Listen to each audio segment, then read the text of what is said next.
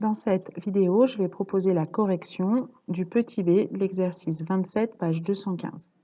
Alors, il va falloir faire attention et c'est pour ça qu'il vaut mieux faire une figure à main levée quand on démarre ce type d'exercice. On nous dit construire un rectangle E, F, G, H. On fait bien attention à l'ordre des sommets. On nous donne EF égale 4 cm et on nous donne EG égale 5 cm. À ce moment-là, on s'aperçoit que EG, ça n'est pas un côté de l'angle droit, mais c'est une diagonale. Donc ici, pour tracer ce rectangle, on ne connaît pas la longueur du côté FG, mais on connaît un côté et une diagonale.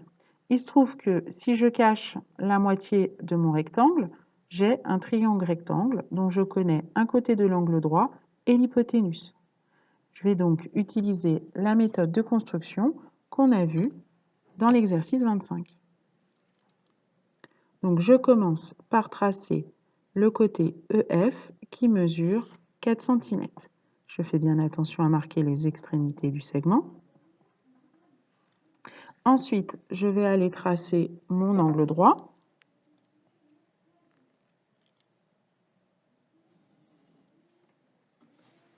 Je ne sais pas où ça s'arrête, c'est pour ça que je trace une demi-droite. Et puis, je veux placer donc le point G qui est à 5 cm de E. Pour ça, je vais aller prendre mon compas pour tracer un arc de cercle qui va couper la demi-droite perpendiculaire à EF. Et donc l'arc de cercle, il doit être de centre E et de rayon 5 cm puisque je veux un point qui est à 5 cm de E. Donc le point G, il est ici. Pour finir la construction du rectangle, deux possibilités. Soit je trace mes angles droits, soit éventuellement je peux aussi utiliser le fait que les côtés opposés ont la même longueur. Là, je vais utiliser la définition avec les angles droits.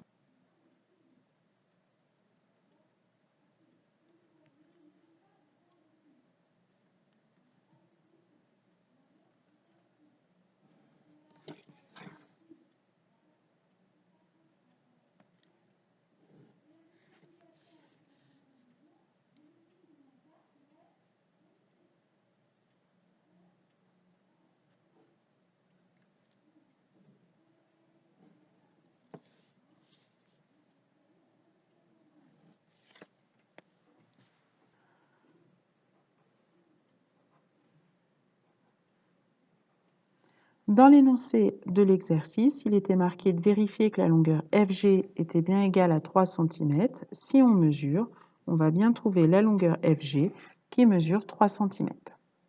Donc, on a une construction qui est correcte.